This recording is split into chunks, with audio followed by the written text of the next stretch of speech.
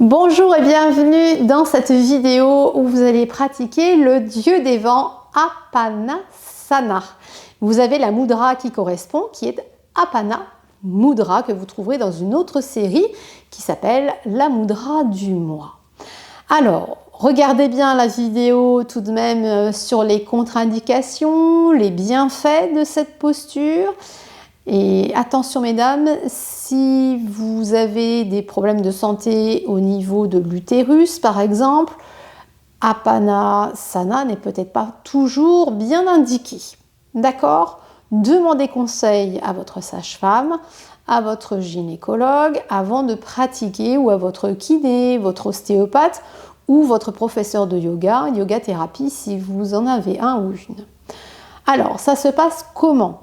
Vous pouvez pratiquer sur votre lit allongé, vous pouvez pratiquer sur un canapé allongé, sur la plage, dans l'herbe, à n'importe quel moment de la journée, sauf, je dirais, juste après un repas.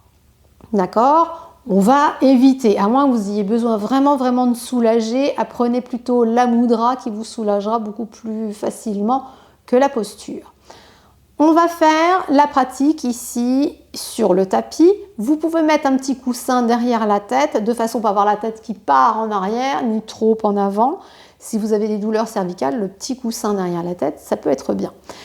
Et on va faire comme si on commençait le matin. Alors, videz votre vessie par exemple le matin et faites un yoga au lit avec cette posture-là. Elle est idéal.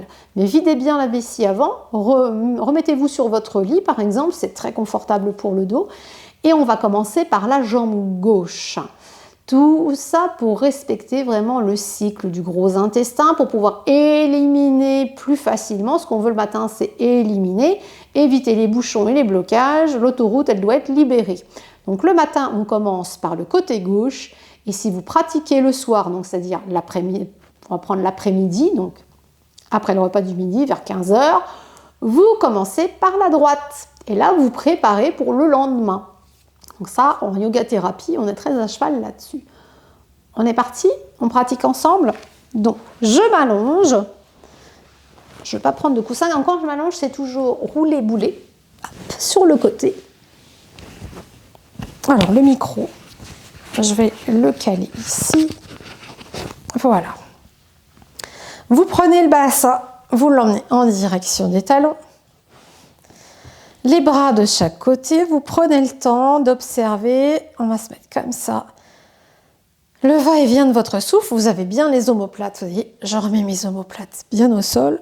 Le menton rentré, les cervicales bien allongées. Avant de commencer, je prends le temps de me déposer au sol. Pour les dames qui ont des problèmes de bassin, de dos, faites comme moi, mettez-vous comme ça pour le moment. Alors attention aux opérations de genoux, c'est pas indiqué, mettez plus les pieds parallèles. Puis doucement, quand vous aurez terminé d'observer le va-et-vient de votre propre souffle, vous allez installer la respiration abdominale. Parce qu'on va en avoir besoin, on va travailler avec elle. Donc sur l'inspire, le ventre se gonfle. Sur l'expire, le ventre se creuse. Alors on peut le faire légèrement sans trop forcer, et puis on peut le faire aussi avec un léger Mula Bandha, c'est-à-dire que vous allez avoir une contraction du périnée.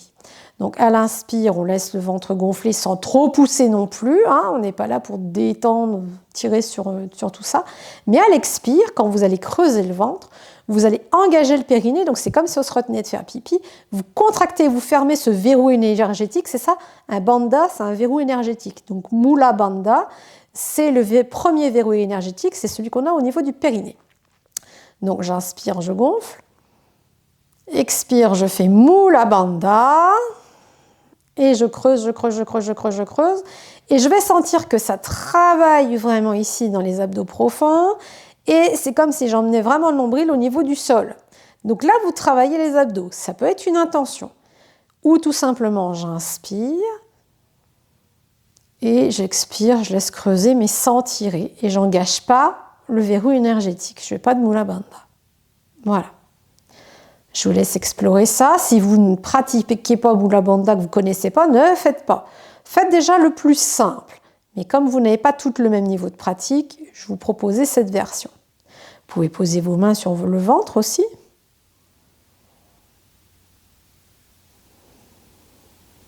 Alors attention aux chirurgies abdominales, aux problèmes de fibrome, de polypes utérins. Je connais bien. Donc la respiration abdominale n'est pas forcément là pour vous soulager, donc je ne vais pas forcément vous l'indiquer. La respiration abdominale, quand on est en pleine inflammation utérine, avec les fibromes et les polypes, c'est pas génial. Mais bon, d'une femme à l'autre, on ne réagit pas toutes pareil. Donc c'est simplement vous d'aller explorer. Moi, c'est ce que j'ai fait avec mes problèmes. Et je me suis rendu compte que la respiration abdominale, c'est pas du tout ce qu'il me fallait sur le moment. J'étais plus dans le thoracique parce que l'abdomen ne voulait pas, quoi. Très bien. Vous savez que vous allez utiliser cette respiration. Ce que je vous propose, version sécuritaire pour les dos fragiles. Vous gardez le pied droit au sol et la jambe est vraiment bien plantée dans le sol. Il ne faudra pas qu'elle aille vers l'intérieur, il ne faudra pas qu'elle aille vers l'extérieur. La jambe bien plantée, les orteils bien écartés, bien arrimés. Vous allez attraper votre genou. Alors tout dépend de la longueur de vos bras. Vous pouvez prendre votre foulard, une cravate de votre mari, une ceinture, une sangle. Peut-être que les bras ne sont pas assez longs et pour attraper le genou, ce n'est pas terrible. Donc vous pouvez mettre une sangle là ou sous le genou. Attention que ça ne vienne pas couper ici et faire mal. Prenez quelque chose de souple. Moi, je trouve que les petits foulards, là, les petites écharpes, c'est pas mal. Hein, les sangles, parfois, c'est pas très agréable. Donc, soit vous attrapez le genou et vous pouvez l'attraper ici, d'accord? Soit vous l'attrapez ce qu'on appelle dans le creux poplité. Là, moi, je croise mes doigts et je laisse tomber ma jambe. Oh, on n'a pas les orteils. Non, tout est détendu ici. La seule jambe qui est fixe et qui travaille, c'est celle où le pied est au sol, donc là à droite. Donc, je détends bien mes épaules, mes bras sont tendus, le genou est loin de mon épaule gauche. Et vous allez imaginer un fil qui est relié du genou jusqu'à l'épaule. D'accord? Et on va jouer sur ce fil. Là, ça ne bouge pas. J'inspire par le ventre, je gonfle. Et au moment d'expirer et vous maîtrisez la descente du souffle, vous maîtrisez le geste, vous emmenez le genou gauche en direction de l'épaule. C'est pour chercher à le mettre là. C'est hop, mon fil se raccourcit. Et tout le temps de l'expire, j'emmène mon genou en direction de l'épaule. Et je ne fais pas des à-coups, là, n'importe quoi, et je ne force pas dans la hanche. Hein. Si ça s'arrête là, ça s'arrête là. N'allez pas forcer, vous respectez vos limites, vous respectez votre corps. Donc je suis ici sur le temps de l'expire, à l'inspiration. N'oubliez pas que votre respiration, c'est votre chef d'orchestre.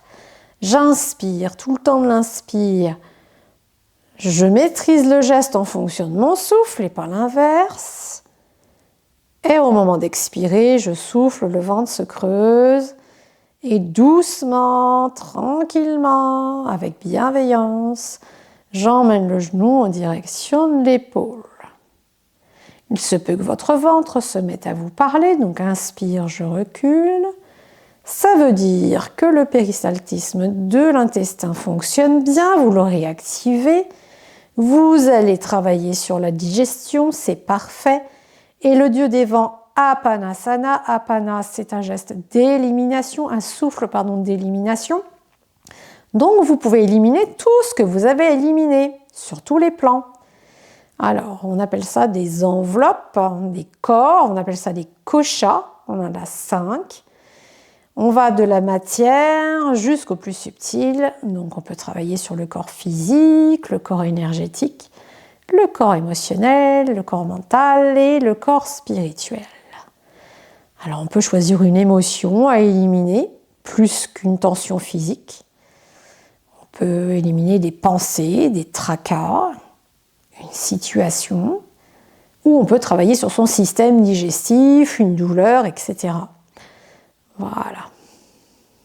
Vous pouvez choisir et sur l'expire, vous allez comprimer ce que vous avez choisi d'éliminer. Vous le comprimez, vous le compressez, vous le compressez.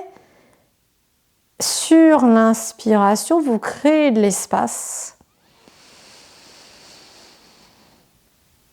Et sur l'expire, vous l'éliminez cette fois-ci. Vous laissez sortir par le souffle, par le nez et vous les compressez une première fois. Très bien. Et vous continuez comme ça jusqu'à ce que vous visualisiez que ah oui, bah c'est complètement parti. Vous pouvez le faire les yeux ouverts ou les yeux fermés.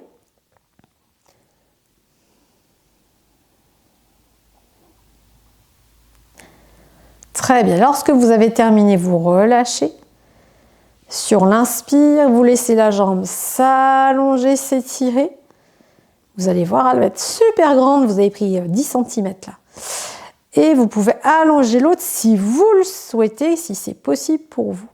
Et vous pouvez comparer les deux côtés. Vous allez voir, c'est complètement différent.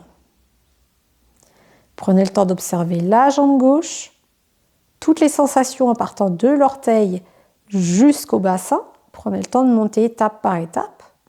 Chaud, froid, fourmillement, pesanteur, légèreté, fraîcheur, chaleur. Et après, vous comparez avec la droite. C'est pas du tout pareil.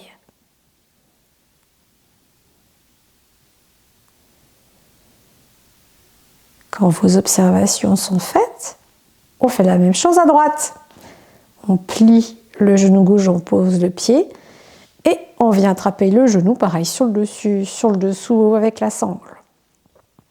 Alors là, on le refait comme ça pour celles qui ont des problèmes de dos. Pour celles qui n'ont pas de problème, à ce moment-là, vous allongez la jambe. Et là, je vous montre, le pied droit est complètement détendu. Mais à gauche, bon, j'aurais fait la même chose à droite, hein, mais là, je vous montre la version jambe allongée. On met le pied flex. OK? Et on y va. Inspire, gonfle le ventre. Expire, on emmène le genou en direction de l'épaule. Donc l'amplitude est complètement différente. Remarquerez, on va un peu moins loin. Enfin, pour mon cas, c'est ça. Inspire, on recule.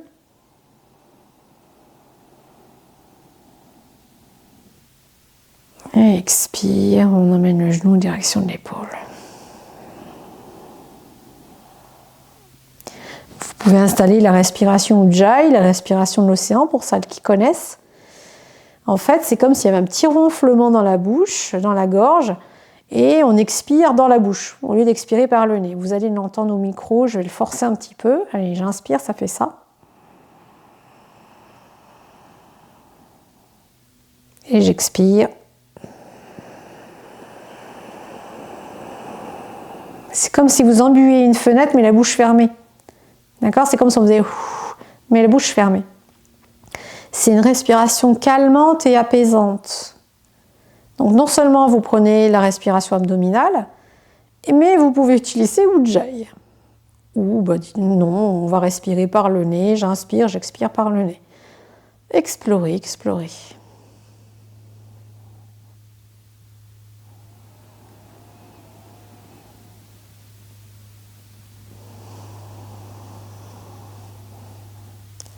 Et très bien, sur une inspire, on allonge, on relâche et on observe comme tout à l'heure la jambe qui vient de travailler. On recale bien les omoplates s'il y a besoin. Et vous viendrez observer l'autre côté.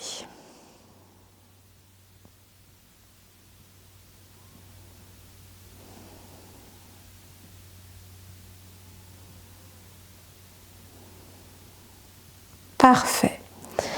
Pour revenir en position assise, vous pivotez sur le côté, donc vous basculez le bassin. Hop, vous prenez un temps ici avant de vous relever complètement et vous repoussez avec la main pour venir vous asseoir.